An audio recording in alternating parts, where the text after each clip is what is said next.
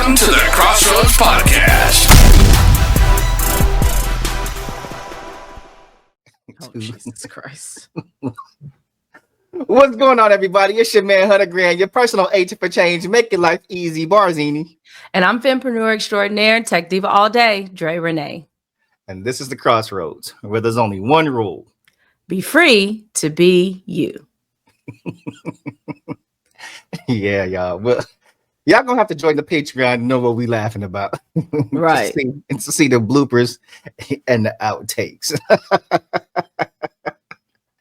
I damn near killed myself on the show, and y'all not gonna see it because I'm gonna edit it out this part. That's hilarious. How you feeling though? I'm good. I just got back in town, and I'm looking forward to some rest in the next few weeks. And Rest? What's that? I don't even know if I can spell rest.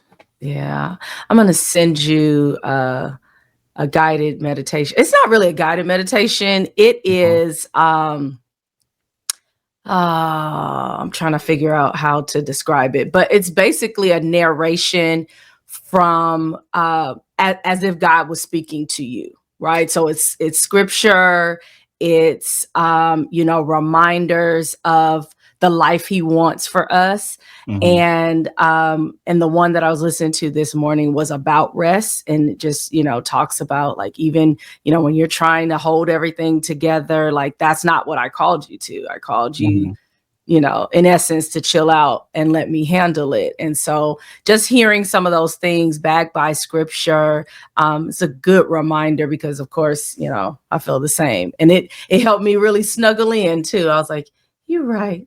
I'm supposed to lay here, and it's not necessary. And I think that's also another thing, right? Like we oftentimes only think of sleep or laying down with rest, and sometimes it's just like to cease striving, right? Yeah. Like it's just to be still, to turn it over, not necessarily being in bed. Though for me, I want all of it. Like I'll be in bed and cease striving. You're right. Like for me, in order to sleep, like it's so hard to turn my brain off. And so I typically put a movie on so that I can go to sleep. But I still have rules with that. I can't put on a movie that I've never seen before. Right. Oh yeah, nobody does that. I mean, unless it's one that you're not interested in, because then you'll watch the movie. Right. So like if it's a horrible movie, it can't be like, it has to be something that I've seen and I know is pretty good, so that I don't have to think about what's about to happen, or I don't have to guess. Because you know me, I sit there and try to figure it out. Like The Butler did it, whatever. You've watched, and that's why you need rain sounds. You need scripture. You need something that's not going to take you from overthinking here to now I'm thinking about this here. It needs to be something that helps to clear and calm the mind. Or something that, doesn't allow you to do much thinking. Yeah, because last night, I've been having trouble sleeping quite a bit lately, but last night I put on Good Will Hunting and didn't work and the only reason why I put it on because I was watching this clip of Louis C.K. who was talking about, like he was making a joke about the movie and talking about Matt Damon's character. He was just talking about how Matt Damon was such an awesome character because he wrote it for himself. But he started picking out like some of the obvious crazy parts, as if it was, and juxtaposing it to real life, basically. But it was funny. So I was like, you know what? I want to watch it.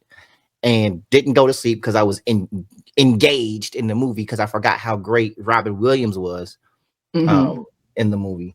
But I do some guided meditation. But it's also funny. So I try not to laugh at it, but it's good because of the voice. It's that real calm. And now I want to bring attention to your heartbeat. Feel the blood flowing through your, like just stuff like that to kind of like have you unplug. And once I fall asleep, I'm good. But definitely send me that one because I want to try some new things. And, based on what you mentioned, fits into the topic that we're talking about today. Yeah. So today, we're talking about y'all overcoming self-doubt. Overcoming Mhm. self-doubt, which is something that's not often talked about, but a very, very important facet, because you have no idea how many people experience it, right? And don't say it, Right. especially in the social media age. But before we get into it, let's pay some bills. We are going to pay homage and gratitude to our illustrious sponsors. So, y'all, as always, the podcast, the Crossroads Podcast, is brought to you by the House of 334. It's the house. For all your business branding and copyright needs, go to houseof334.com. It is Black owned, it is woman owned, and it is amazing. The Crossroads Podcast is also brought to you by The Crossroads. Y'all, you can go to our bit.ly. That's bit.ly/The Crossroads. That's XrossroadZ to find everything that we do, all of our socials and everything else. And you can email us if you have any topics, any questions, or want to be a guest on the show. You can email us at crossroadspodcast@gmail.com. But most importantly, go to our Patreon and become a member. Y'all, we want you to be a part of the Crossroads community. There's so many things that we're building and talking about in our community coming up. If there's things and topics that you want to discuss in the community, especially as it relates to this particular generation, that Zennial gap is where we have a large focus. So if you're Gen X, if you're a millennial, a lot of our topics, we are catering toward this specific audience, because there are just certain parts of life that are unique to us that we want to unpack, and that quite often we struggle with, like overcoming self-doubt, like we're talking about today. So you can go to our Patreon. For those who are on our audio platforms, that's patreon.com/the Crossroads. That's THEXROSSROADZ. And for those who are watching on YouTube, after you subscribe to the YouTube, go to the Patreon and also become a member. We have several tiers for you to join us on, and it's basically just based on your comfort level and your level of commitment to the show. But everything helps. There's so many things that we are able to do because of our membership. So we want to grow that. We want to grow with you, and we want to grow as people as well. So it's not just about us. It's about all of us and creating community to just become better as a whole. So we appreciate y'all who continue to support and those who are looking to support. Excellent. I just want to throw in just a quick ad. As I was looking at our social media last week, and we had quite a few clips go up and some people were interacting, there was someone who asked twice where to find the full episode. And so I thought, I'm thinking that's common knowledge, but maybe we have people who are coming to us that maybe aren't necessarily as tech savvy, aren't, plugged in and know what to do. So if you are seeing a clip on social media, specifically something like Facebook, we'll drop the link to the full episode in that post. But on something like Instagram, where you can't click a live link in the comments, if you go into our bio, that bit.ly that's there, it will take you to everything Crossroads. So if you do want to sign up for our Patreon, that link is there. If you want to watch episodes on our YouTube channel, that link is there. If you want to listen by audio, we have an audio page, right? That link is there. So many other links are there. So again, when you see these clips, if you go to our profile on whatever platform you're on, that link is going to take you to everything. But if you subscribe to our YouTube channel, you never miss an episode. Right. If you subscribe to Patreon, you get those episodes early.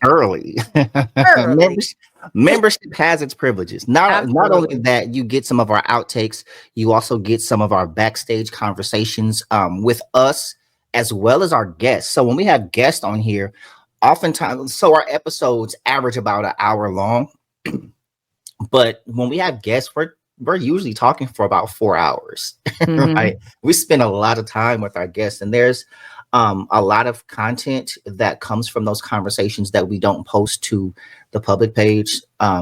Sometimes, we're talking about more intimate things, about us, about our guests, that we save for the membership area. So we definitely want to encourage you to support the Patreon, because also when you have questions or you can comment, you can get the feedback from us. We send the feedback to our guests for them to be able to respond as well. So there's a lot that comes with being a member of the community and contributing to the community. Absolutely. So overcoming self-doubt, like you mentioned, having the guided meditation and the scriptural reference, what are some of the things and the changes that you've experienced from doing that, as the Spirit is talking to you, right? Because you're not doing these things like for nothing, like that specific type of meditation. You see what I'm saying? Like what is something that you were experiencing, and then after having used this meditation, like where has it led you? I would say it has been helpful as a reminder, right?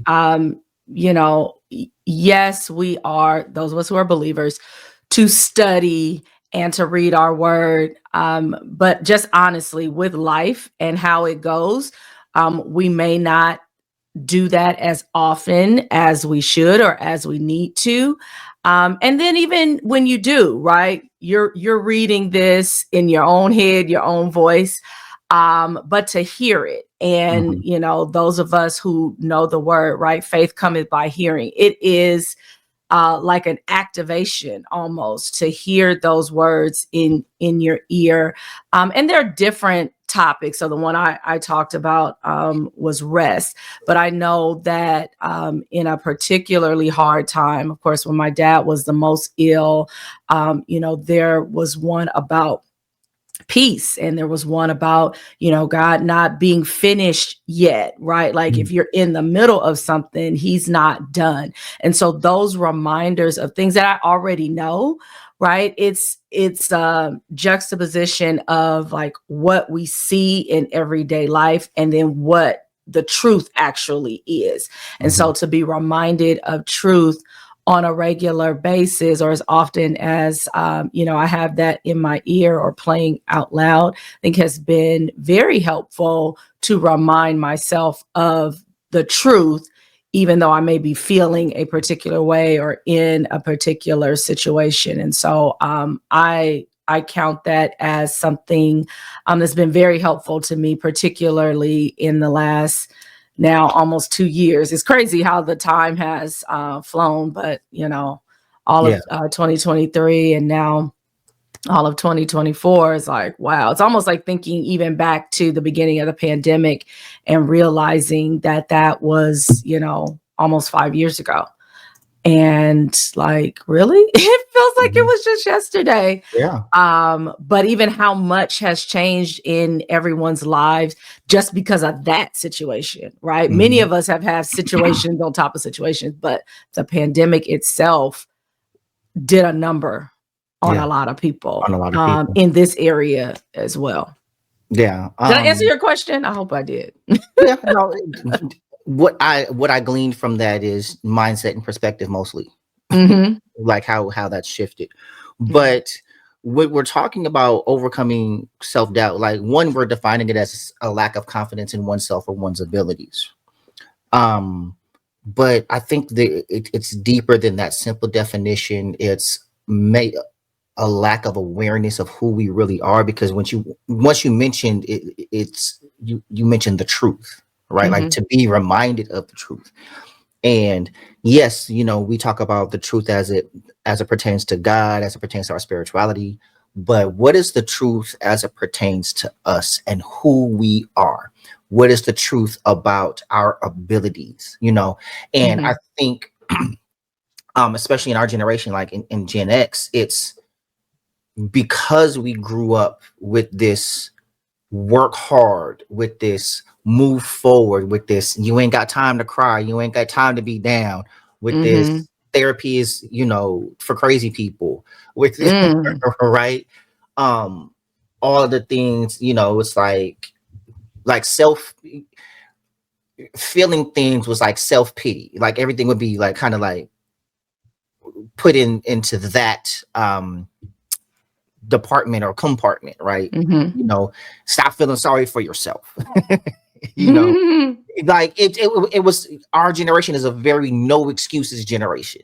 Mm-hmm. And so you either hit the mark or you don't. Yeah.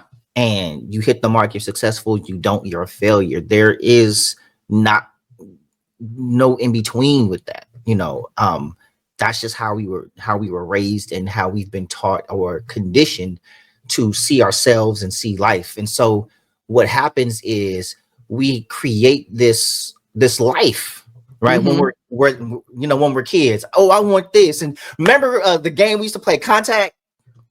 You know, or that's my car. Like, some would say Contact, some would say that's my car. That's my, you know what I mean? Yeah, Contact. Okay. Yeah, so we'd be like, Contact. You know, so you see a car, Contact, that means that's my car right there, you know, and you got to beat the person.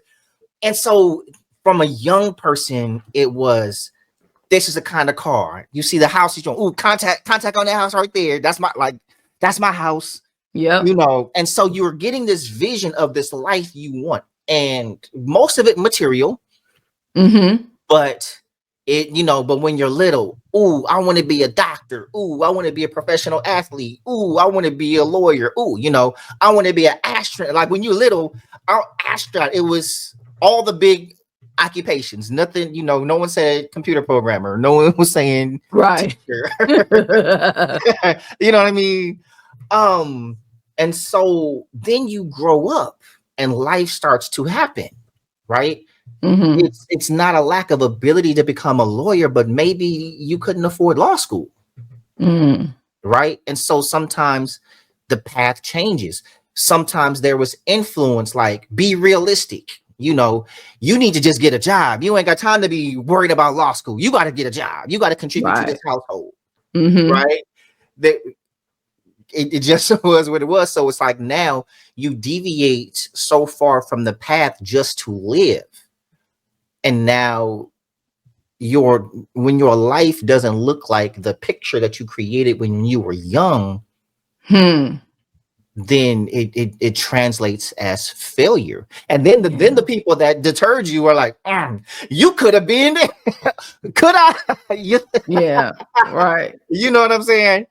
And so I think as a result of all of that, it creates this image of self, like, damn, I could have been this and I'm not. Why did I allow this to happen? Why didn't I just do this? You know what I mean? And we don't start our life from now. It's always that juxtaposition to the past of what I thought I was going to be or what I originally wanted, and it didn't turn out that way. And because it didn't, my life is a failure, or I'm a failure, or I can't do this, or I don't know how to do this, or, you know. And then it doesn't help when you see the images or have certain people around that are doing things. But this is the part that we don't think about when we talk truth. We see this person who's a lawyer, right? And they're making a certain amount of money, but the lawyer wanted to be a dancer. Right? Yeah. I wanted to do ballet, but I was made and pushed to be a lawyer. And that person's life also doesn't fit the picture that they had when they were young. So are they a success or a failure? And who gets to decide, right? To themselves, It was like, am I a failure because I didn't become the dancer? Or am I a success because of all the people that wanted to be a lawyer? You know? And so now, and that's when we get into, you know, the definition of success. I believe that everyone has to define that for themselves, because if I never wanted to be a doctor, a lawyer, those that, you know, have to get a certain amount of education or certain amount of degrees, right? We often look up to those particular professions. But yes, let's say, you know, you wanted to do something else. Because I'm a part of this population, does it mean that I'm not, you know, successful? And I think we often run into that trap, particularly our generation and generations, speaking of Gen X and Millennial, because, those were the professions, if you will, that were kind of drilled into us, right? You wanted to be a doctor or lawyer, it's Cliff and Claire, it's like Hey. this is where you needed to be headed. A lot of my friends that are maybe first generation Americans, because their parents were, Nigerian or are Nigerian, or, like they were like, hey, we don't have a choice. It's doctor or lawyer or engineer. But to go this way. Exactly. Yeah. So, we as in us, we had a lot of that on us as we grew up. And, imagine going to school. And now I feel differently about it. When I, was coming out of school and making this decision, it was just like, oh, did I go to school to kind of, waste time and resources to become an entrepreneur? It's like, no. But that's how we were made to feel. And sometimes, just felt that internally because I didn't pursue higher education, right? Like by the time I got out of college, I was like, thank you very much. And I'm going to go this way, versus many of my peers who went on to get advanced degrees. But again, talking about success or talking about happiness, if we're going to even go that far, right? Or satisfaction. It's a lot of folks that have multiple degrees and either are not working in the profession or the career that they have their degrees in, or maybe they're there, but they are miserable. And so it's just like trying to follow somebody's road. Yeah, I'm a podcaster with a master's. So yeah, it's like trying to follow someone else's roadmap, versus, really embracing what's important to us as individuals. Sometimes also, putting ourselves in a load of debt, to chase these. And to that point where they, of course, our generation was the education generation, right? For college, like some of our parents went, some didn't, but they pushed us to go. You know what I mean? Only to be in an age now where a lot of those degrees in fields of study are antiquated or obsolete. And the stability and longevity that it was supposed to offer is damn near non-existent. Like, gone are the days where you're going to work somewhere 20, 30 years and retire. And you know what I mean? Yeah. We were sold a bill of goods. Well, we were, but we weren't, right? Because I think it was true at the time, because that's how the previous generation lived. The baby boomers, that was their reality. They didn't see the digital revolution coming. They didn't see the digital divide coming. You know what I mean? And so now, where longevity means nothing or it's not existent, because people are such emotional workers now. Like, when someone's not happy at a job, they leave now. Yeah. So there is no years of service and you gonna get your gold pen and your cupcakes. And then you go and you just retire. Like, retirement is on you. Right. It's not coming from this job and stuff like that it used to be. And you don't have the assets. We don't have the assets that our parents did, largely.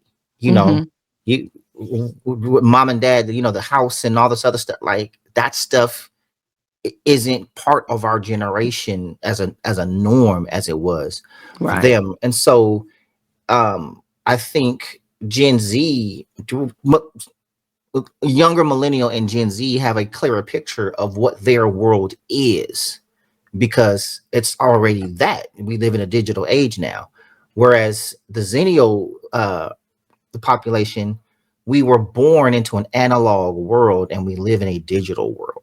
You know what I mean? And so we've got one foot in, one foot out. We know how to navigate technology, but we don't live through technology, which is why largely you'll hear the complaints of, oh, when we were young, we would stay in, we had our friends over, we would play outside and ride, and that's why we're such a nostalgic generation, because a lot of millennial, like a younger millennial and Gen Z, they're born and this is how they've lived their whole life. Like, you grew up into adulthood and nothing has changed. You know, you were playing video games online with your friends, if that, or watching YouTube, or like you grew up on a computer. Right. You know, that wasn't our life. And so I think a lot of times our self-doubt comes from living in a world that no longer, from growing up in a world that no longer exists. Yeah. You know, and so we're so connected to how we were raised, what we grew up on, because that's when we gained our values, our life purview, right? Our future, what's it gonna look like? Like, we literally live in a world of things that we just imagined and thought was fantasy when we watched. Yeah. Like, if you watch the episode of the Jetsons, right? And there's young people, Jetsons was a cartoon, you know, in the 80s cartoon, which was futuristic, right? Where they were doing video conference calls and FaceTime, and like, and now robots, you know what I'm saying? Right. The driverless cars are the only thing thing now. I think probably the only thing we don't have that was on the Jetsons was the flying cars. That's it. As a norm, anyway. But they do have them, but as a norm, right? So yeah, watching Star Trek and the Jetsons and all this other stuff, where it seemed we were like, what if that, man, that would be so cool if we really had that. And now it's like, hey, we actually have to really think, like, we actually have that shit now. We do. You know, like what we're doing right now. This was the Jetsons, where we have a camera and we're talking to somebody, you know, in another part of the world. And so to see that and realize that, damn, this has actually come to fruition. Like, this is real. Yeah. It has, I think, just this subconscious effect. You know, it plays into our life in ways that we often don't recognize. Yeah. You know, and I wonder how much of trying to recognize ourselves in this world, right? Like, what's my place in this world, because I wasn't groomed for this. And it's very interesting because I'm, you know, really thinking through leading or being a leader in a multi-generational organization. And what does that look like? Right. Because I was telling somebody the other day, like, oh, snap, we are now the people that we used to despise, if you will, right? Like they treated us this way, right? Like, you know, and you guys don't understand it, blah, blah, blah. And now, if you're not careful, you can find some of the same things coming out of your mouth, the same type of judgments, you know?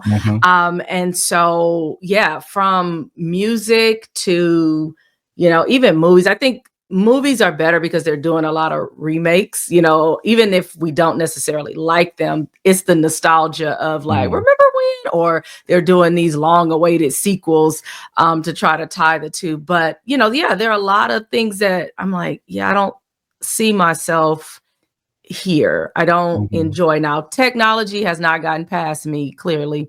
You know, I've continued to adjust with the times on that, but there are certain things, you know, fashion, there's, you know, music, as I mentioned, even the workforce, right? And how, you can come in one day and then just say, you know what, I'm not feeling it. I'm out. Right. And we had that sense of, or it was, you know, instilled into us to have that sense of loyalty, if you will, in a world that's not loyal to us. They do not care. I heard there was a CEO that unfortunately was murdered over the course of maybe last week or something like that. And they posted the job on LinkedIn like that same week. Now, first of all, if his murder had something to do with his job, now who you think gonna be like, ooh, let me apply for this? Well, I mean, I haven't really read the story, you know, unfortunately, because I didn't know you were going to talk about it. But I'm certain it's because of the job he did. You know what I mean? Like healthcare, you know, it could have been, you know, for whatever reason, somebody's being a radical. But no, T, I didn't even think about that. Like, who gonna want that job? Yeah, that's right. Y'all tried it. Y'all But tried.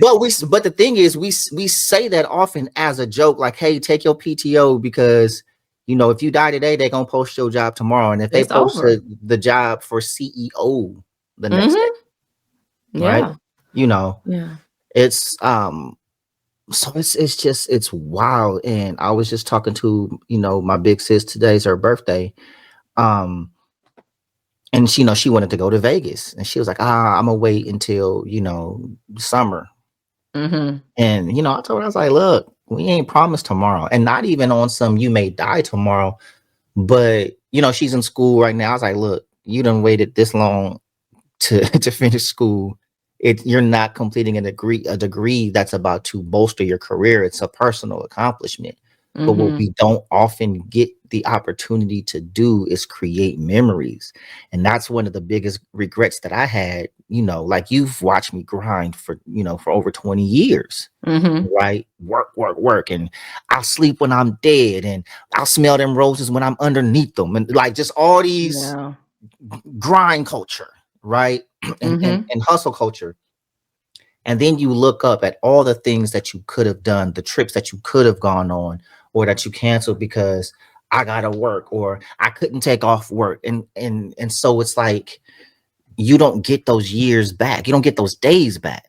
Yeah.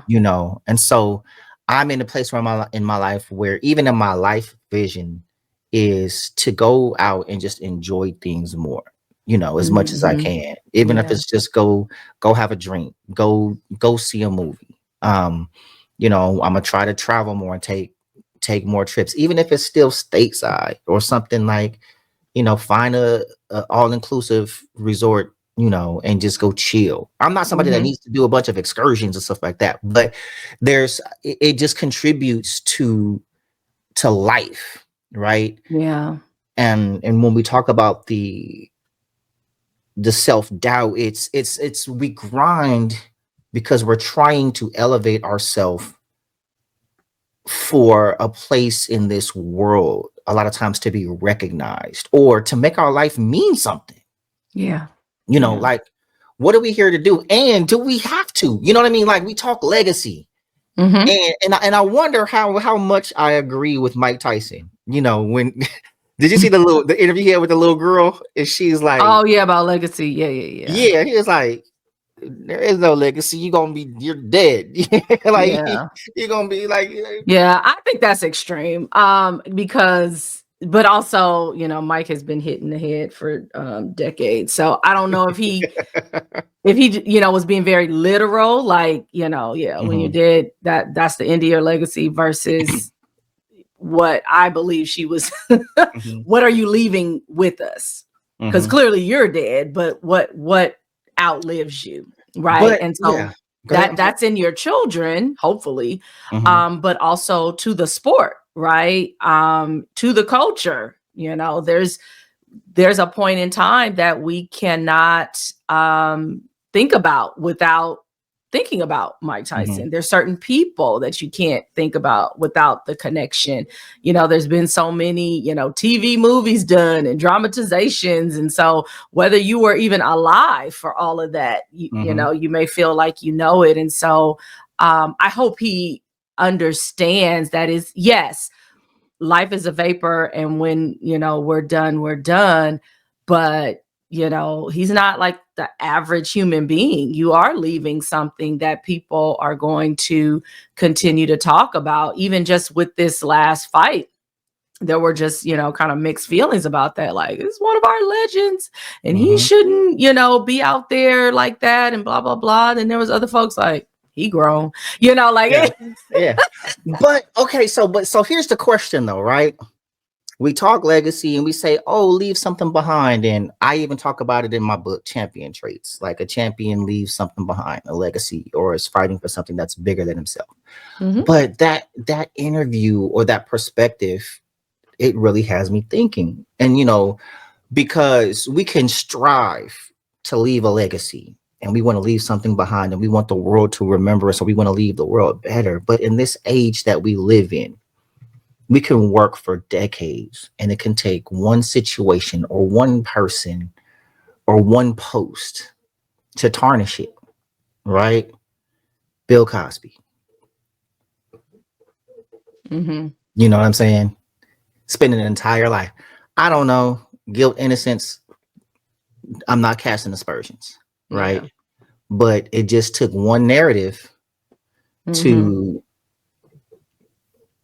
you see what I'm saying?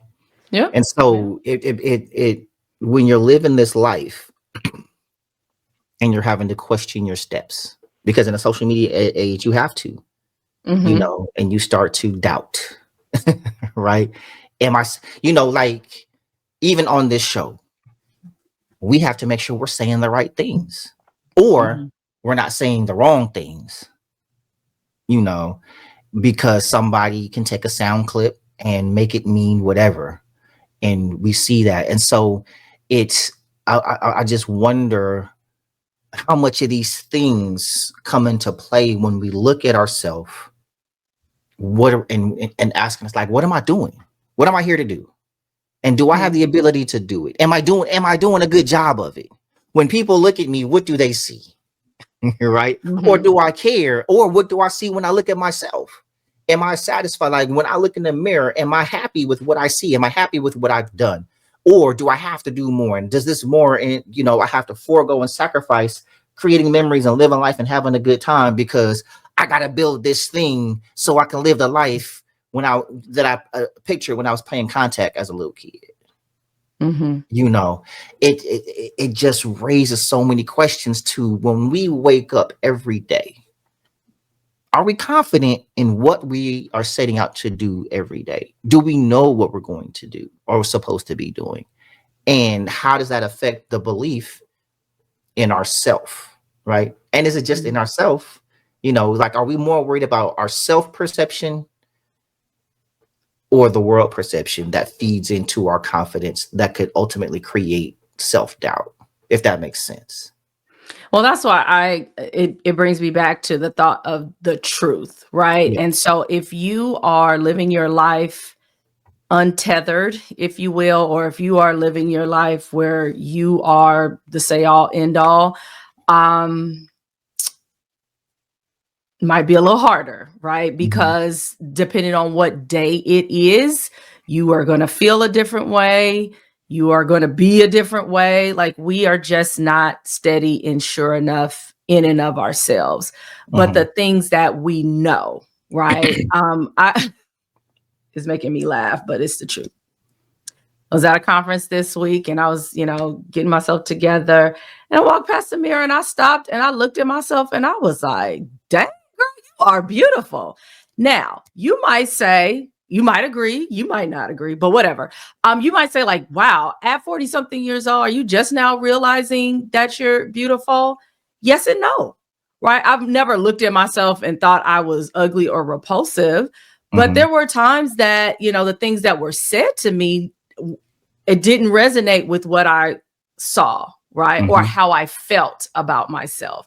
And in this stage of my life, I'm doing the things that make me on the inside, right, feel happy with myself. And maybe I'm catching up with the outside, or maybe the outside really is looking different. I don't know, right? But I think, you know, we can just kind of be swayed from left to right, east to west, depending on, you know, what we're dealing with, who we're dealing with, how we're dealing with it. But the truth is the truth. You know, my parents made a good looking kid. And so, you know, I'm like, hey, girl. Same with, you know, what I'm doing in my life at this point. I remember having a seriously ugly cry in prayer last year. Like, you know, I've done a lot of things. And from the outside, perhaps somebody would say like, oh my God, you've been so successful and you've done da, da, da.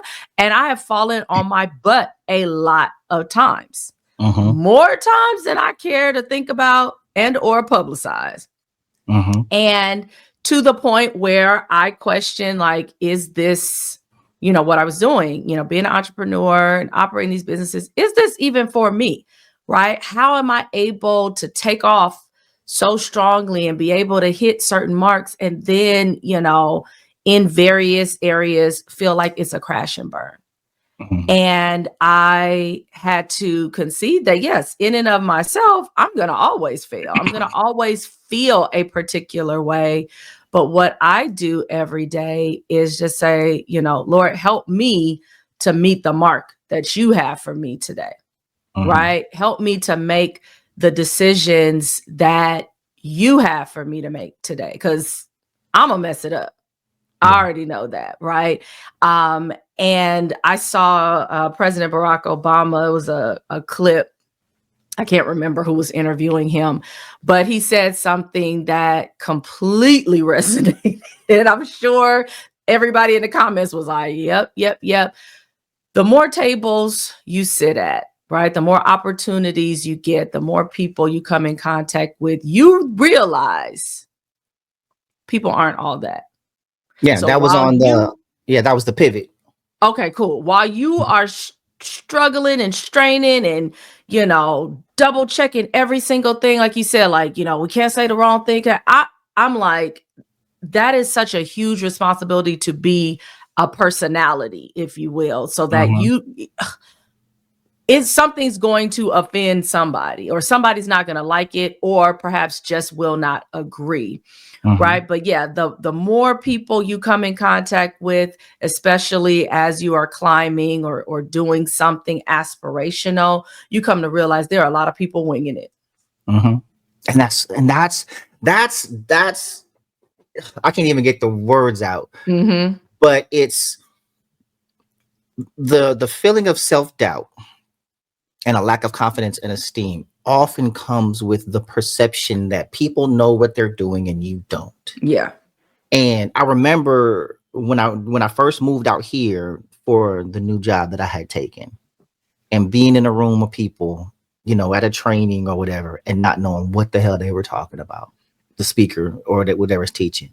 And I'm looking around the room and everybody's nodding like, oh, okay. And I'm like, dang, these are some smart people in here. Right. Like, y'all know all this stuff, and I know I'm not dumb. I know I'm not dumb, but I felt dumb because I didn't know what everyone else appeared to know. Yeah. Only to find out later they have no idea. None. And everybody's just nodding so that they don't look like they don't know what they're talking about either. And nobody wants to be the one to ask the question, to say, hey, I don't understand. Hey, can you repeat that? Hey, what does that mean? And we got to get out of that. It's scary, but I feel like I am doing that more in the spaces that I'm being allowed to navigate, right? Even in a leadership position, I stood on the platform to say, I am not going to get it right 100% of the time. Now, that's true. And anybody with half a brain would already know that. But to say it and give it sound, right? Same with my leaders. I don't expect you to get it right 100% of the time, right? Your ideas, sometimes, there are things that we are trying out. We don't know if it's going to land or not. I'm in the middle of something that is like for the first time being done. It's a little hiccup going on right now. Part of me is like, retreat, go back the other way. And the other part of me is like, no, go ahead and see it through, because I believe ultimately it's going to be successful. But if we never try, right? You're talking about now we're doing things now that were in our cartoons or, in our movies, in our wildest dreams. Somebody had to try and fail. And try and fail and try, or not even necessarily fail, try and not necessarily hit the mark, and then apply the tweak, right? Like, because nobody can tell you how to do something that's never been done. There's no blueprint season. Yeah, it's blueprint season right now, and being the blueprint is tough. No pun. That is definitely where the being the blueprint.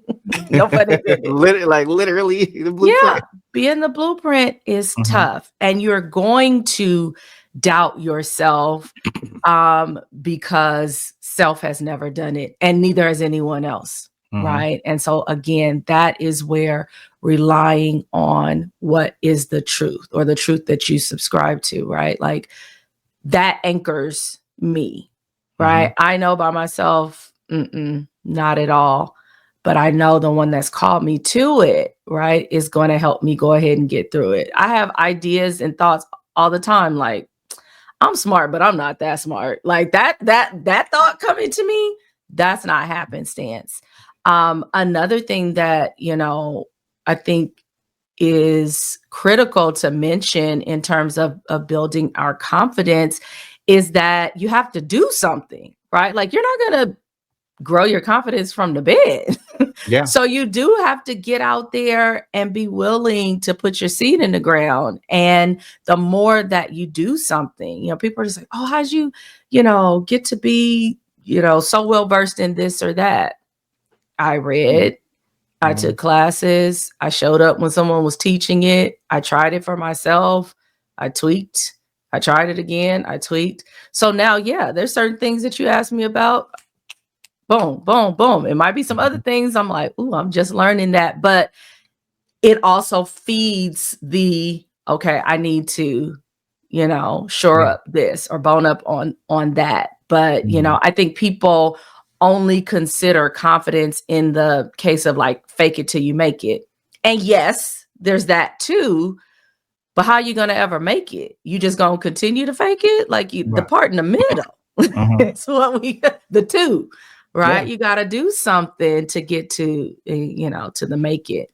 Yeah. And even then, I think another thing that we want to underscore is that there's always going to be a twinge of something, right? Like even after you nail it, okay, can I do it again? Right. Or then, okay, now it's time to take this to the next level. It's another new thing. And so it's almost becoming comfortable, if you will, with that little thing on your shoulder saying like, can you do it again? Like expect it and then, still knock it out the park. So, yeah. And I think it's also recognizing what and whose metric you are working off of. Right. Yeah. Too often and this is a thing for me, right? And it affects confidence in so many different areas of life. 3 words that I detest: should, supposed, and deserve. Right? We always use these words. And my response to those words are always says who. Right? When we're talking about work, when we're talking about relationships, when we're talking about anything. Oh, well, you should be blah, blah, blah, blah. You supposed to, or you deserve, says who. And we operate by these ways of thinking that they're the order of things, or this would be objective code of right or wrong. Right. or what you can do or can't do. And it's all subjective. And in so many ways, I do not allow people to set those parameters for me. I just don't. I can't. Yeah. You know what I mean? Because you can't define right or wrong for me. You can't define success or failure for me, because my ceiling is probably so much higher than the one that you're even trying to set. You know what I mean? You can't do that. Says who? Why not? You have to say it like this. You can't say it like that. You can't talk to people like that. Yes, I can. I quite literally just did. You see what I'm saying? And so I can't live my life catering to everyone else's sensibilities and cage myself. And I don't mean out here being an asshole or offending people, but sometimes certain information or truths are offensive. They just are. Like, I'm not trying to offend you. And like, somebody will literally get offended by something that's true about them. Right. You know what I'm saying? And I don't walk around telling somebody who they are, but I might say something that, I don't know why the word is slipping me, pertains to them.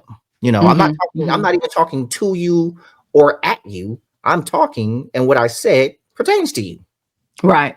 And you're offended, and now you're upset with me as if I was saying it to you. Like, it's crazy. I was, been seeing a whole lot of sports posts, a lot of posts about John Jones and a lot about Shedeur Sanders and Travis Hunter, with Colorado. Okay, I don't know who John Jones is, but I know that. He's an MMA fighter.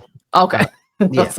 But he's the GOAT of MMA. But, okay. But it was they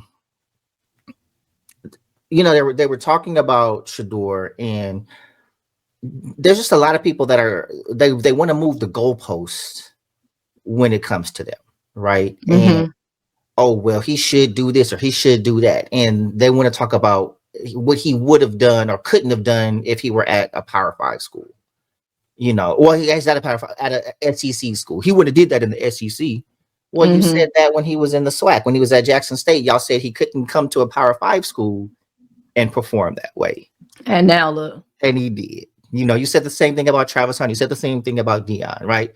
And so people want to set these expectations, and they look at a man like Dion, and they want to call him arrogant or this, and the third, because he's saying things and he's setting his own parameters and his own goals, and he marches to the beat of his own drum.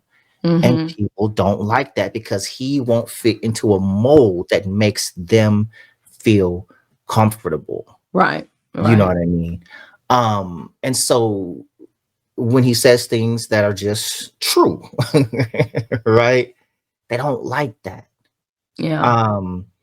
And so, like, I just think a lot of people live in this world that's comfortable, and they stay there because to move out of this world and that world and to grow and to go bigger, it creates and promotes a lot of self-doubt. I stay here because I don't know if I can perform here.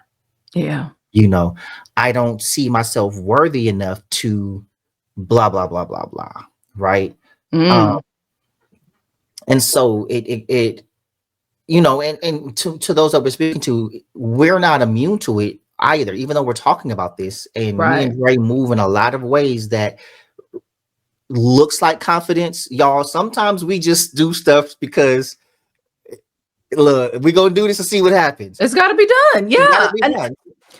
And I think that is a lot of how I operate, right? Like I remember my mom saying to me when I was younger, God gives us all, right? And he gives everyone their gift, their talent. And he has a purpose for that. And if you do not use it, I know people say if you don't use it, you'll lose it. And that's debatable. But what she instilled into me is that he will move on to the next person, because what it is that he has purpose in the earth is going to happen. So it's about whether you're going to allow yourself to be used or if you're going to be on the sideline looking at somebody else do what it is that you were called to do. And I got FOMO real bad. Like, I'm like, no, what? Right. I do. I'm often amazed at, the things that he will give to me and trust me to do or be a part of. Sometimes it's out front. Sometimes it's to support someone else. But that's the drive. Is like, this has to happen. And so are we going to be, obedient, willing, and do our part? Or are we just going to sit back? And in the case of the pod, like, we see new pods every day. I was scrolling and literally someone's like, I'm recording the first episode of my podcast today. Right. I saw someone who started things after us and has been on a consistent, different type of audience, different type of content, but still, rolling. It's going to happen. Are you going to be a part of it, or are you going to sit back and be like, I'm so scared, teeth chattering, and miss your moment? Yeah, I think one of the hard concepts, this is what I had to gravitate towards when I was finishing my degrees, and people were like, "Oh, you gonna get that? That's gonna take however many years, right?" So what I had to tell myself, because back then, like when you're first starting or when you're going back to school, it does seem long and daunting. It's like, I'm going to be writing papers for all of these years, right? Yeah. And so what I had to tell myself, it was a spirit, myself, the spirit talking to me, whatever. The message was the time is going to pass anyway. Yeah. And when these number of years, whether it's 4 years, 5 years, 6 years, whatever, 6 years from now, are you going to have that degree or not? Right. On this pod, we have meetings about expanding and building the community and, increasing our subs and stuff like that. And I feel bad for not knowing some of the names before, but like Mr. Beast. Right. And, I go to his page and it's 335 million subs. Right? 335 million subs. And then you look at your few hundred and you're like, do you? And sometimes, but it's either you're going to have this mentality of, oh, we not doing enough, or like we ain't on that level, or hey, you got to put that time in. And when the time passes, are you going to be in that arena? Right. Mm-hmm. And so because everybody talks about that moment. Right. And I was thinking about this, and I was talking to someone about us specifically last week and about what comes with that. 330 million subscribers. Like, we think about perhaps the monetization of that. Like, that sounds really appealing. But to have potentially, even if it was 3 million, right. Okay, people looking at scrutinize, because everybody's not coming to enjoy. Oh no, you can just take the comments for that. Oh, like, I thought about that, and I was like, what if we're being protected in a particular season? Because some things don't make a lot of sense, right? Like, if you are doing something and you're hearing on a regular basis, like, oh, you guys have something with that, or I really love, and people are listening without necessarily subscribing, like the numbers aren't checking out, it could feel like, are we doing this for ourselves, or, does anybody care? But we have indications that folks absolutely do care. We have, Patreon subscribers who are now putting their money behind what we're doing. And thank you. And we hope that you see the evolution of the pod as a result of your support. But thinking about, again, does success only look a particular way? That it's, tens of thousands, hundreds of thousands, or even millions of subscribers, or even at the level where we are, where there are hundreds of folks at this point. And then there are people who can't get 10. Yeah. Like, you have to, just continue to think about that. And where's someone else's bar? Right. And I consider being faithful over, what we have right now that we may consider a little, so that we can be trusted, because, look, it's a lot that comes with that. Not even necessarily negatively. Then when people start putting checks in your face, right? And you like, oh, it's the moment we've been waiting for, but they want you to do something that doesn't align with the crossroads. Right. And so I just consider all of this is just testing ground, and we are, we're proving ourselves as we get there. Or perhaps it continues to be, a warmer community, and not necessarily some, big out of control number. But I believe we're doing what we're supposed to do. However, I do, I echo that we are not doing this devoid of doubt. And as a matter of fact, we had our psychotherapist friend come sit down with us. Davey Lou. Yes. And we cannot wait for you to see those episodes, because he got us together. He talks about and writes about, silencing your inner bully. Right. Yeah. He talks about imposter syndrome, which is, the self-doubt. What if they don't believe me? What if, y'all, I'm working on things. I'm in the middle of penning my third book, right? I've already written 2 books. In writing these books, yes, I had doubt. Like, am I is this really me? The stuff that I'm talking about. But what I was sure to do, what I don't like to do, is to write and to speak from a perspective that I don't experience the things that I'm talking about. and Right. that I don't write or speak with condescension, because there are those speakers that, I'm doing this. And if you ain't doing this like I'm doing this, then you don't want it. You got to want it like I want it. And that's why I'm, Right. because no matter where you are, the higher you go, the more precipitous the fall. Right.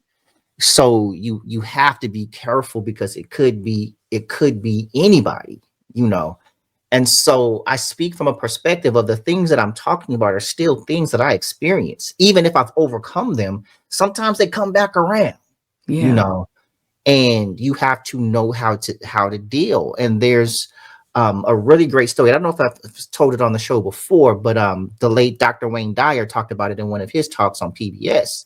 And he said he was teaching the class and he had people map out their life. And there was one lady that wrote her life in chapters. And so I hope I get it correct. I'm going to say it now, but I hope I get it correct. But it was like chapter 1, I'm walking down the street. There's a big hole. I don't see the hole. I fall in the hole. It takes a long time to get out. Chapter 2, I'm walking down the same street. I see the hole. I still fall in the hole. It takes a long time to get out. Chapter 3, I'm walking down the same street. I see the hole. I fall in the hole. It doesn't take me as long to get out. Chapter 4, I walk down the same street. I see the hole. I walk around the hole. I keep walking. Chapter 5, I walk down a different street. Right. Right. So it's like you're going to make mistakes that you didn't see. You're going to make mistakes that you did see, and you made the wrong decision. People call, like, again, y'all, when we started this pod, we had no idea what we were doing. We were like, hey, we going to turn on the camera and we're going to talk about some things. Right. We were using Zoom and just recording a Zoom call and posting it. Yeah. Then eventually we got some cameras, and eventually we got some mics, and eventually we got some more mics, and we got some more structure, and then we got some sponsors, and then we got a Patreon, right? And so now, even when I talk about podcasting going into our 5th year, we have friends that call us about podcasts all the time, or we have people that want to reach out and, we're moving into a space where we're going to be doing consultations and stuff like that. And we've done consultation. We've gotten consultations from other people. And every time we've gotten a consultation, we've always realized we were further along than we even knew. But I had a friend call me because she was starting a pod, and I was like, hey, well, this, and she was like, she had to stop me. She's like, look, okay, just wait. Let me deal with the information you already gave me, because now it's just, I speak podcast fluently. And I still don't know. And I still don't know what I don't know. We're still learning. Right. Right. And so it's like, no, our knowledge base still has to grow, because there's still points that we want to get to, that we believe we're going to get to. But also, when we look back and reflect on how and when we started, y'all, we are so much further, as a show, as a brand, as individuals, as a team. Like, we're just different. The way we operate is different. And so the conversations are different. The tables that we sit at and are going to sit at are different. Yeah. The ears that are listening to us are different. Like, our subs do not tell the story of our listeners. It just doesn't. Yeah. Like, we constantly have people that talk about, oh yeah, I saw that episode when you was talking about, so that's another thing you got to be careful what you say or who you reference, because these people are listening, they just haven't subscribed, or they don't comment, or they don't mention it all the time, but they're watching it. And so I say that to you, like, for those who think like you're doing things like a podcast, or you're speaking, or you're writing, or you're doing something creative, or you're putting yourself out there in the world, and maybe you're posting it on social media, but you're not getting the likes or the shares, right? And your confidence is probably shaken because, oh, people aren't watching me. Don't believe that. There are Yeah. eyes on you that you don't realize that you have. There are ears on you that you don't realize that you have. There are people watching you Yep. that you have no idea. There are people that are following your journey that you have no idea. And so don't be afraid to step out and keep doing it and be consistent. You know, I've seen people do some things that others would think, wow, you know. There's a shout out to there's a lady artist, 3D Nati, right? So I follow her because I think her journey is so interesting. One, she's a dope artist, right? 3D Nati. So it's the number as 3. in like naughty. Okay, yeah, give it. Yeah, Yeah, like 3, but it's the number 3 DNATEE. Oh, okay. Yeah. So but so she was already doing her thing and she owned like a few houses or whatever. Then she sold those houses and bought like this penthouse situation, you know, like living this artist life and doing well. But then she decided that she wanted to do something else. So she has a show called Gas or Trash.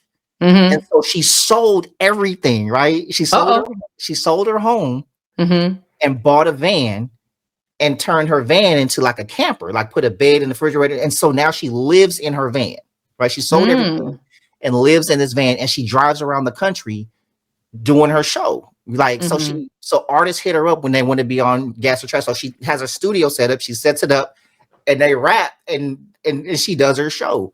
But look at that. But her home is wherever she drives. So like she's driving up to New York or she was in New Orleans. So she just drives around the country, you know, like not burdened to a home, not burdened to, you know, sometimes she'll stop and stay in a hotel or sometimes, you know, but she's posting this and her viewers are going on this journey. Right.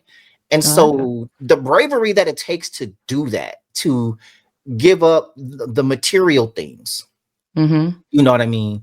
To go do something that you just wanted to do. Like you had this idea and who knows how it's going to go. She already got 1 million followers, right? But who knows how big this vision that she has is going to grow, right? And so I follow that because I really respect and am inspired by, and I say courage, but it may not have taken that much courage for her at all. You know, she might have been like, I don't care about this, I'm gonna do it. Or it could be like, ooh, like we don't know how she felt when she did it. All we know is she did it. And so what's going to be the thing that you sacrifice or give up to make that move to fulfill your vision? You know what I mean? That's powerful because as you were talking, I was thinking like, and it doesn't have to be that extreme, right? Like selling everything you own, but it's gonna be uncomfortable. Right? Like there are plenty of times that we get on here that we may not physically be feeling well. Yeah. You know, mentally, emotionally feeling well, stuff going on in life, right? Like, right. It's just, I want to say it in the best way I can, but the only word that's coming to mind is inconvenient. Even when it's something you love to do, doesn't mean that you are always in the headspace, have the energy, the strength to do it. So are you going to do it anyway? Yeah. And recording this pod a lot of times is like going to the gym, right? When we're scheduled to record, we don't always want to get up and set up and review notes and do our makeup. Yeah, make sure Dre's makeup is done and the headphones is working, right? And the mics. It's like we have so many technical difficulties sometimes, like just out of nowhere, the internet connection, the platform. Sometimes if it's oversaturated, it can be glitchy. There's a lot, or sometimes we just don't feel like doing it. But it's not until once I hit the intro, right, I'm in it though, because now it feels great. I love talking to you all. I love talking to my best friend. I love the topics that we're covering. I love the conversation. I love the content, right? Yeah. And so it's like going to the gym. I hate getting up, going to the gym. Like I hate the process of getting up and getting to the gym. When I'm at the gym, I feel amazing. I don't want to stop. I hate when I have to leave the gym, right? But then you got to turn it because your body says, like, man, just go ahead and lay there. Hey, go ahead and play that game on your phone. Hey, go ahead and watch that next episode on Netflix. You know what I mean? And so, Yes, Lord. yeah, On Netflix. it's a lot. So with that, like, we can go on with this because I feel great about this topic. I love it, and we're gonna talk about it in some other ways. We actually have 2 other episodes that are gonna talk about a lot more in depth when we have Stevon Lewis, psychotherapist Stevon Lewis, on here, known to us affectionately as Stevie Lou, that are coming up. So make sure that you look for those whenever you're watching this episode. Check and see if those episodes are already up. It'll be a couple of weeks from this episode, so whenever you see this. But we had a great time. It's a lot of great information. We have a lot of great guests that have been on the show, that are coming to the show, and y'all, it's gonna be a ride. It's gonna be a ride. We want y'all to follow it with us. So make sure that you are subscribed, not only to the YouTube but to the Patreon. Go to the Patreon, y'all. Listen, it's like buying one of us a drink once a month. That's it. That's it. If you love what you heard today, it's like, you know what, I want to buy them a drink once a month. That's the Patreon. That's the subscription. You see what I'm saying? Now, there are tiers where you can buy us several drinks. Hey. But listen, the lowest tier, listen, we're asking you to join us on the low. We're not going to discourage the higher tiers, but we're asking for the lowest tier. Right. So wherever, and that's $11, just so that we're very clear, right? Yeah. $11, as he mentioned, is a drink for the both, and we're talking about a drink like and not even a strong one. Yeah, it's like a little coffee or something. Mm-hmm. But that's how much we believe in the Crossroads. That's how much we believe in building a community with you. And we know that, with your support, we're going to be able to take this another 4 or 5 years and beyond. Yes, definitely to the next level. Yeah, we're going to make that happen. So with that, we're going to move into final thoughts. My final thoughts. So again, as I mentioned, community is so very important in general, but in particular, when we are in hardship, and, self-doubt is something that can be debilitating and crippling for so many. Also because we don't often give it sound, right? We don't often say, I have this great idea, but I don't know how I'm going to pull it off. Or I've tried, but I'm not seeing the results, and it's hard for me to stick in there.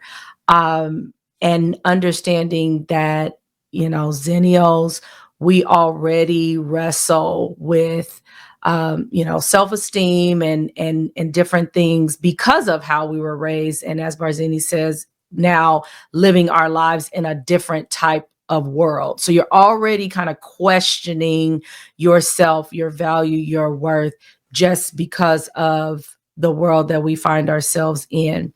And then for those who may be a little younger along that spectrum, right? We're getting into true millennials and the young millennials.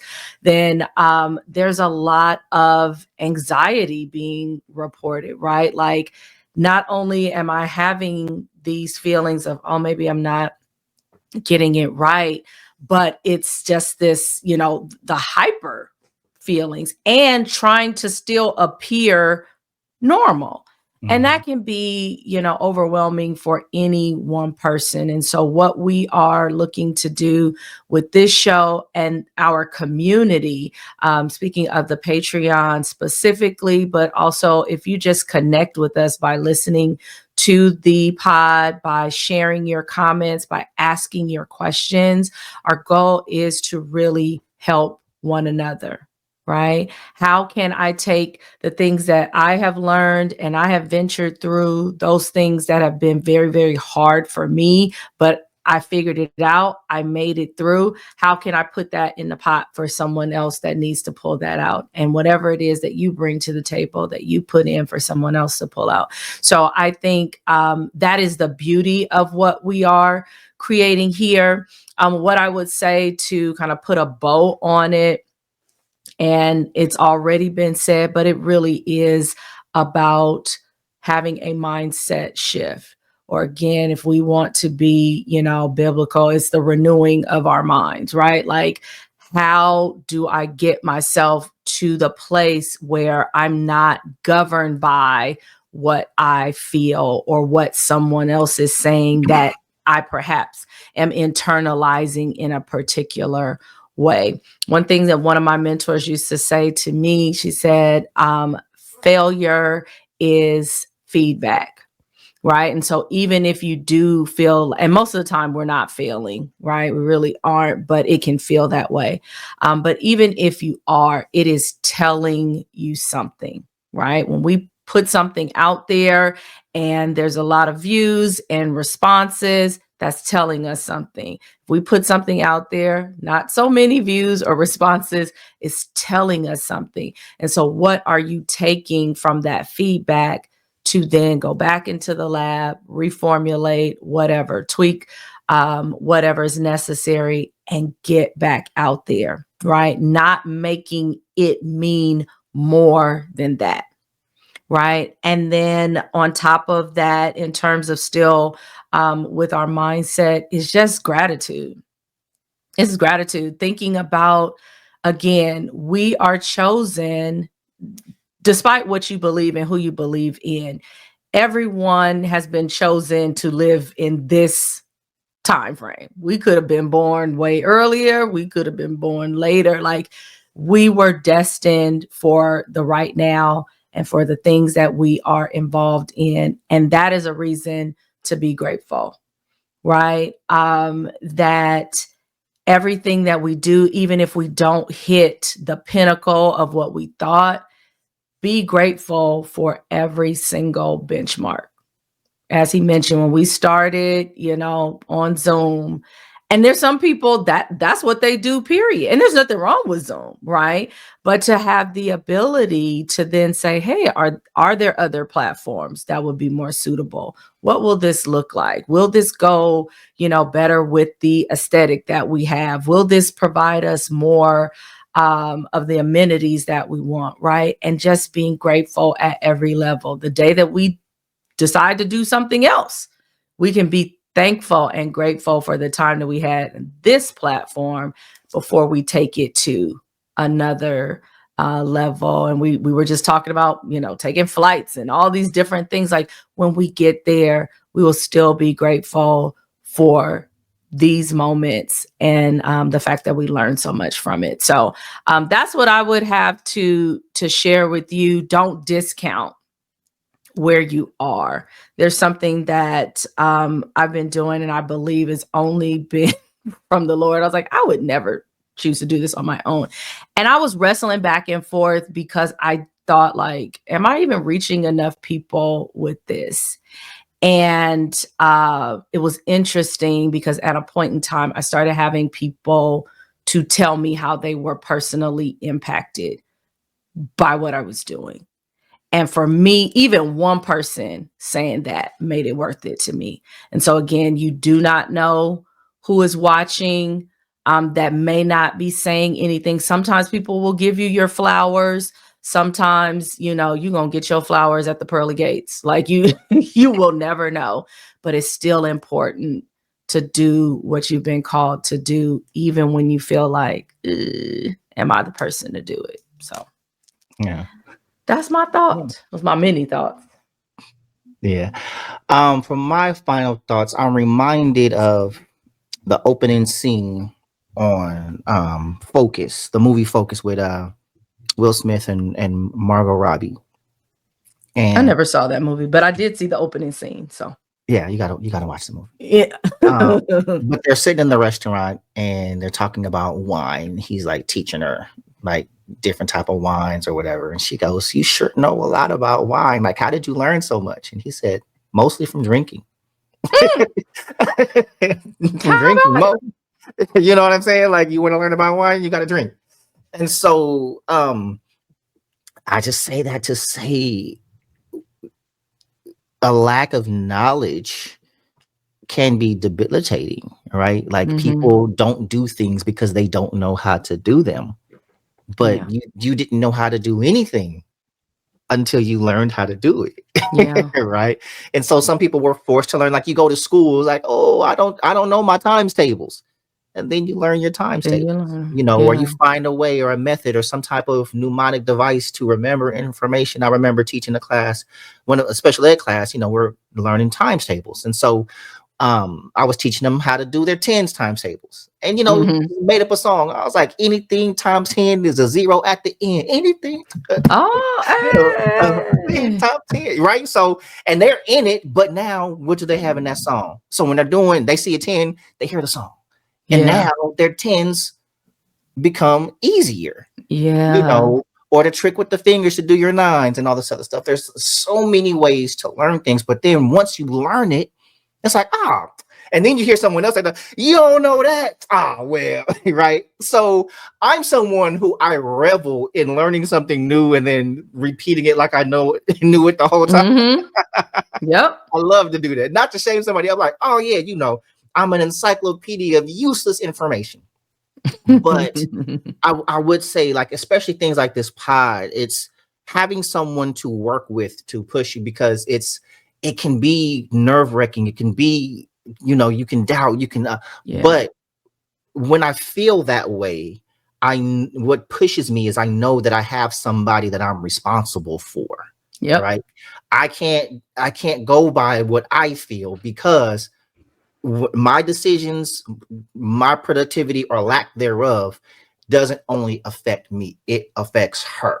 Right. And ultimately her household, her family, because we are both committed to doing this and we have a vision, and have largely shaped our lives around doing this. Right. Yep. Like we're not doing this for play. Nope.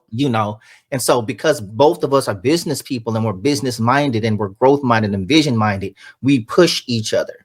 We have tough conversations. Like we talk to each other in ways that other people don't talk to each other, that some people might get offended if it weren't she and I in the way that we talk,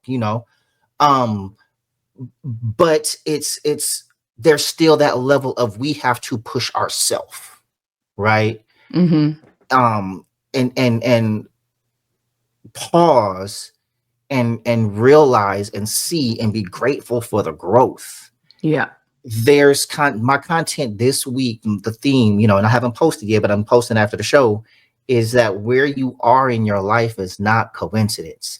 And if I'm being transparent, I am in a very, very interesting stage in my life right now. Like y'all have no idea how much God is guiding in my life right now. Mm-hmm. And I have to put it like that, because to put it in the other way, it's like, damn, like how people are literally like, how are you making it right now? How are you getting through? Yeah. And I'm like, God is showing up in ways that I don't even reckon. I just know he's doing what he's doing.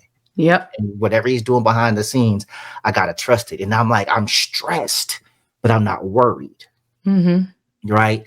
And so it's kind of like, where is your faith?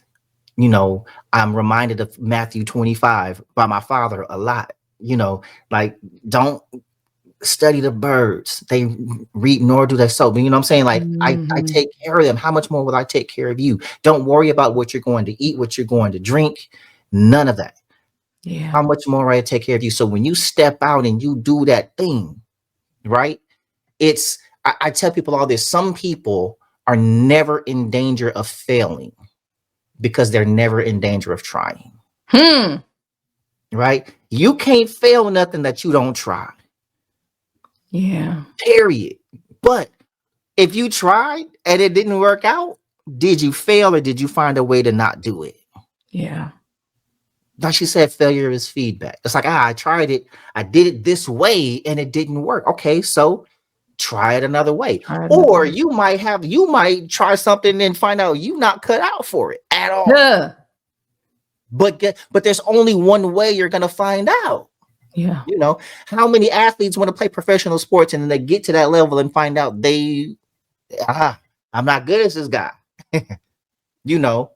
But I fully respect somebody. They went to the tryouts and they spent years and they trained and not okay. It didn't happen for you, but I don't look at that as a failure. Yeah.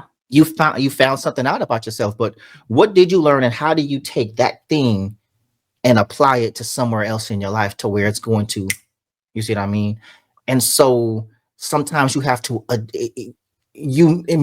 don't look at it as failure as much as, okay, I gotta adjust the vision. Yeah. I gotta tweak the vision. Right? That life that you want is still available to you. You might have to go down a different path. It might be a different timeline, right? Mm. You don't know what you don't know, and there's a level of readiness that you have to achieve that you will never be aware of, that only God knows. And once he deems you ready and prepared, Yeah. right? And so when you hear that saying, God won't put more on you than you can bear, we look at that as, oh, we're struggling right now, but this is God given. No, that's sometimes your decisions. Right. What it's also meaning is God is not going to give you something that you are not prepared for. Right. You see what I'm saying? So that thing that you want, you ain't got it because you ain't ready for it. Mm. It's that simple. And then I'll close with this. And I've told the story before that my father started teaching my brother how to drive when he was 13. You know, we were on the way home and my dad pulled over and he told my brother to get in the driver's seat. You know, and we're 3 years apart. So I'm a 10-year-old in the back seat. I'm so excited for my brother. Like, oh my brother about to drive. Oh, this is crazy. This is wild. I wasn't concerned that he's not letting me drive. I'm 10.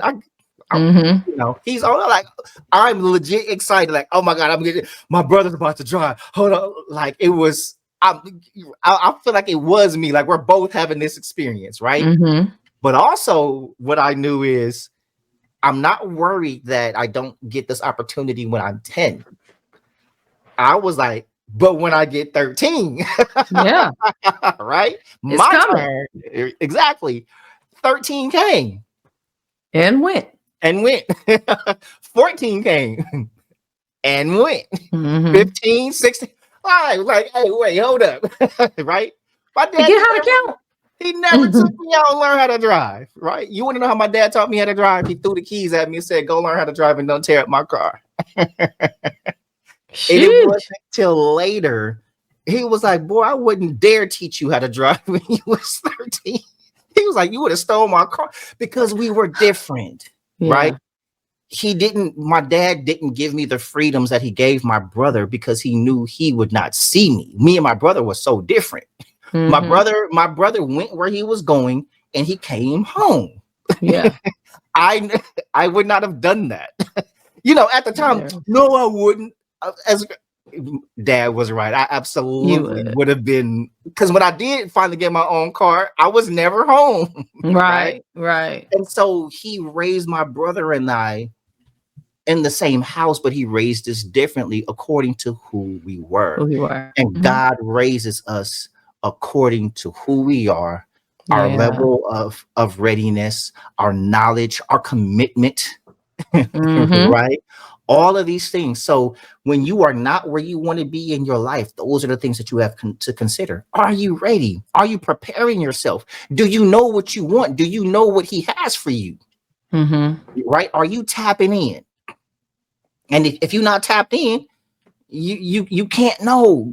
You see what I'm saying? And I'm not just talking about, yes, you know, I've followed the Bible. Dre and I, yes, we are Christians, but I'm not speaking solely to Christians. Whatever your faith, whomever your God, right? Or if it's whatever you believe, this world, like the world still operates on the same principle, no matter what you believe. It's the same principle that it is your readiness that is going to open up your blessing or your opportunity, whichever you believe. So, and I want to add on that part. Sometimes it's willingness to get ready, right? Because sometimes we're given the direction, or somebody might feel like an inclination, or I felt compelled, right, to do this, but I still don't know what I'm doing. And sometimes we get that knowledge, or we get connected with people as we're walking forward. So I also want to highlight that, like, sometimes it is readying yourself the best way you can, right? Yeah. To get out there and do things. And then sometimes it's the willing, like, are you even willing to go? Because sometimes we ready and we just I don't know if I'm gonna do that. Yeah. What you want me to do? Exactly. I You get want me to it. turn the mic on and talk to people? Because I told y'all, I was so, those of you who've been with us since day one, I was so ready to do this from my bed with just record. Like, podcast to me was, you just gonna hear my voice. I'm like, I can lay in bed and talk all day. Nope. I'm like, you want me to do what? Put my face out there? And hair sometimes decides to work, sometimes it doesn't work. Now I got these lashes on, but back in the day it was like one would want to go on, the other wouldn't want to stay on. I'm like, this is stressful for me. But you know, for whatever reason, you have us both video and and I had to be willing. Exactly. So with that, y'all, we love y'all. We appreciate y'all. Don't forget, make sure you go to the Patreon, subscribe to the YouTube, go to the Patreon, become a subscriber, join the community, so that we can grow together. Yes, it supports and grows the podcast, but also we grow as a community. So until the next time we see you again, or y'all see us again, rather, because we don't see y'all. Always, y'all, remember. Be free to be you. We'll see y'all next time. Peace. This has been the Crossroads Podcast. And remember, be free to be you.